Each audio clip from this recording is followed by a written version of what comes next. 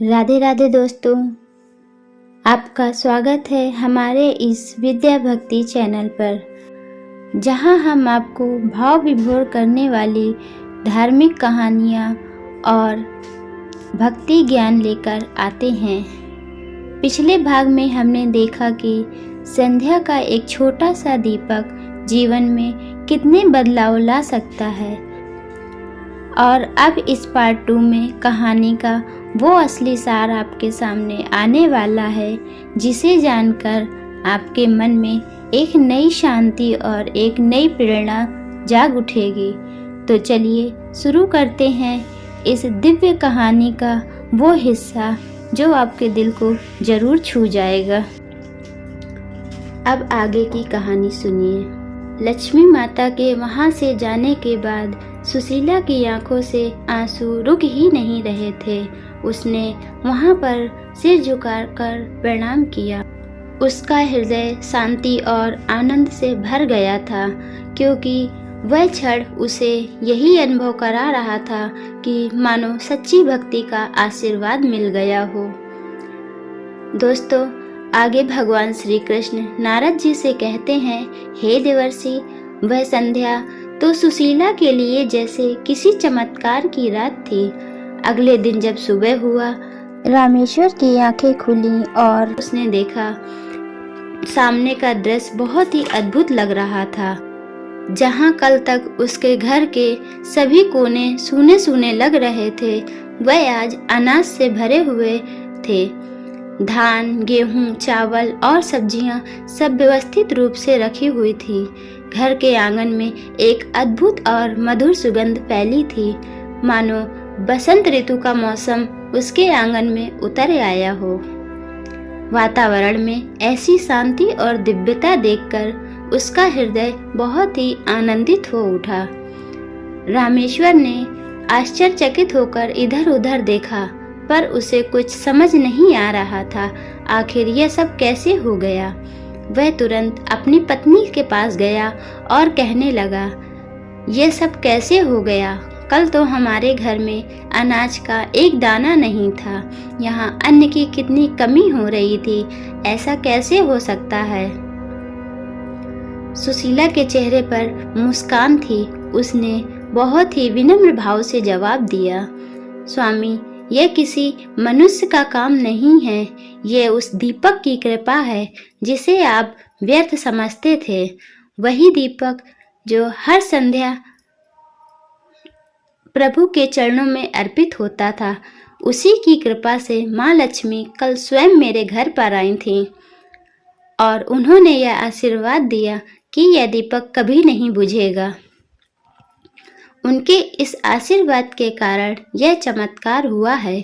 यह सुनते ही रामेश्वर की आंखें भर आईं। उसके भीतर पश्चाताप की अग्नि जल रही थी और भक्ति की लहर उठ रही थी। सच कहा तुमने सुशीला, ज्ञान के अभिमान में अंधकार में मैं जी रहा था। मैंने आज तक यह देखा ही नहीं कि सिर्फ ज्ञान होना ही काफ़ी नहीं है, ज्ञान के साथ सच्ची भक्ति होना भी जरूरी है। मुझे भक्ति का प्रकाश कभी दिखा ही नहीं है। मैंने शास्त्र तो बहुत पढ़े हैं, पर तुम्हारी भक्ति ने तुम्हें साक्षात प्रभु के दर्शन करा दिए। और यह कहकर वह अपनी पत्नी के सामने झुक गया।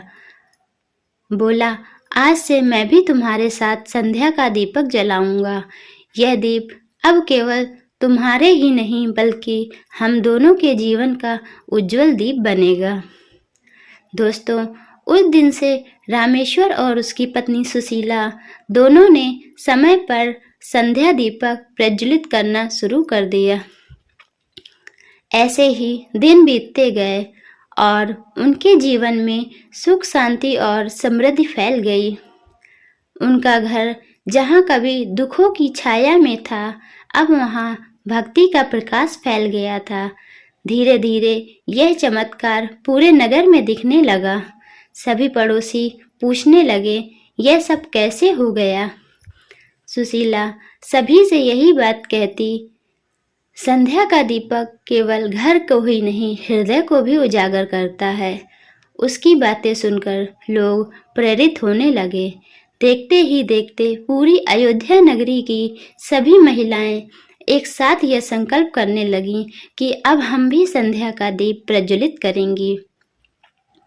फिर एक दिन ऐसा आया, पूरी अयोध्या नगरी के प्रत्येक घर के द्वार पर दीपक जलने लगे और उन्हें देखकर ऐसा प्रतीत हो रहा था मानो धरती पर असंख्य तारे स्वयं उतर आए हैं। हर द्वार पर प्रकाश था, हर हृदय में भक्ति थी, मानो आकाश से देवता विराजमान हो गए हों। उस दृश्य को देखकर सभी देवता और माता लक्ष्मी स्वयं विष्णु लोक में प्रसन्न हो रही थी। एक दिन सुशीला की भक्ति पूरे नगर में फैल चुकी थी। दोस्तों, आगे श्री कृष्ण कहते हैं, देवर्षि, तभी से यह परंपरा चली आ रही है। जब संध्या का समय होता है तब सूर्यदेव अपनी पश्चिम दिशा की ओर प्रवेश करते हैं तो हर घर के द्वार पर एक छोटा सा दीप प्रज्वलित किया जाता है। वह दीप केवल प्रकाश का नहीं, श्रद्धा, समर्पण और भक्ति का प्रतीक होता है। हे देवर्षि, यह दीप केवल आलोक नहीं देता हे देवर्षि, यह दीप केवल आलोक नहीं देता बल्कि धर्म का दीप है। जब मनुष्य संध्या बेला में श्रद्धा से दीप जलाता है तो वह अपने भीतर अंधकार, लोभ, क्रोध और मोह को भी मिटा देता है। यह दीप हमें यही स्मरण कराता है कि अंधकार चाहे कितना भी गहरा क्यों ना हो, एक छोटी सी ज्योति उसे पराजित कर ही देती है। जिस घर में यह संध्या का दीप जलता है वहाँ देवी लक्ष्मी स्वयं निवास करती हैं। वहाँ दरिद्रता, रोग, भय और प्रवेश नहीं करते हैं। जो दीपक श्रद्धा से द्वार पर जलाया जाता है वह सभी पापों का विनाश करता है और घर में कभी भी नकारात्मकता प्रवेश नहीं करती है। हर घर में सुख शांति बनी रहती है। श्री कृष्ण जी के मुख से ऐसी बातें सुनकर देवर्षि नारद भाव विभोर हो गए और बोले, प्रभु, आपके मुख से यह कथा सुनकर मैं तो धन्य हो गया। प्रभु, यह दीप तो केवल प्रकाश नहीं, यह भक्ति का स्वरूप है। अब समझ आया कि संध्या दीप का इतना महत्व क्यों है। भगवान श्री कृष्ण कहते हैं, देवर्षि, दीपक केवल तेल और बाती से नहीं जलता, वह तो भक्त के हृदय की श्रद्धा से जलता है। जो दीप प्रेम से जलाया जाता है वही मनुष्य के लिए स्वर्ग का द्वार खोलता है। फिर देवर्षि नारद दूसरा प्रश्न पूछते हैं, हे प्रभु, इस दीप को जलाने का कोई नियम भी होता है क्या? और इसके साथ मैं यह भी जानना चाहता हूँ, किन किन स्त्रियों को दीपक नहीं जलाना चाहिए? दोस्तों, नारद जी ने यह प्रश्न सुना और मुस्कान के साथ बोले, देवर्षि, प्रत्येक दीपक को प्रज्वलित करने के लिए उसके नियम होते हैं।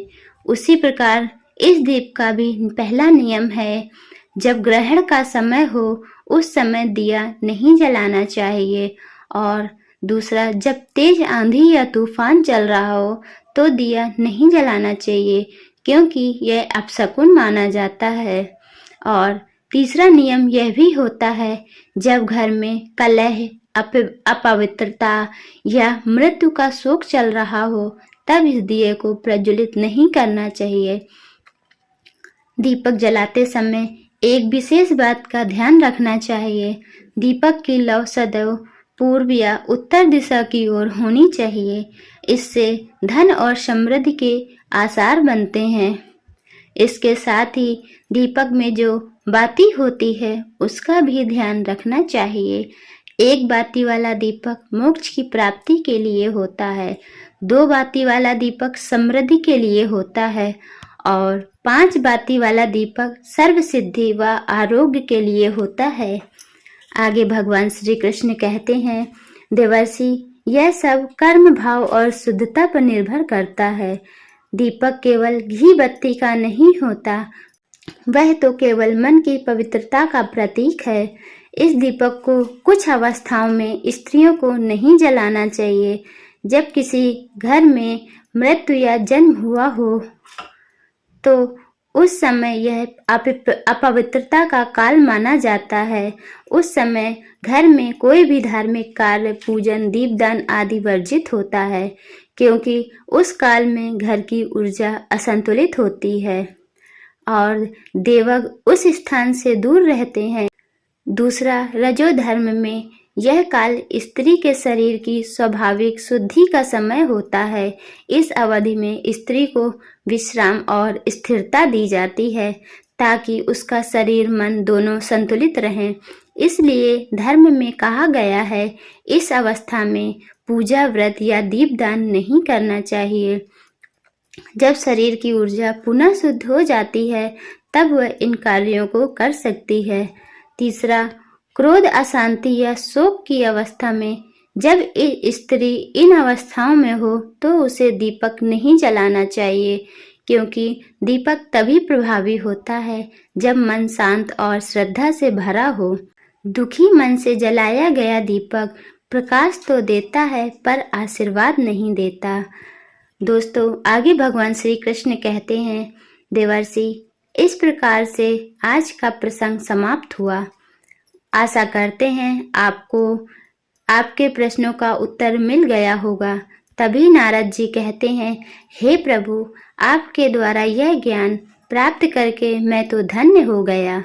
मैं इस ज्ञान का प्रचार समस्त लोकों में करना चाहूँगा और द्वार पर दीपक जलाने का सभी को मैं महत्व बताऊंगा।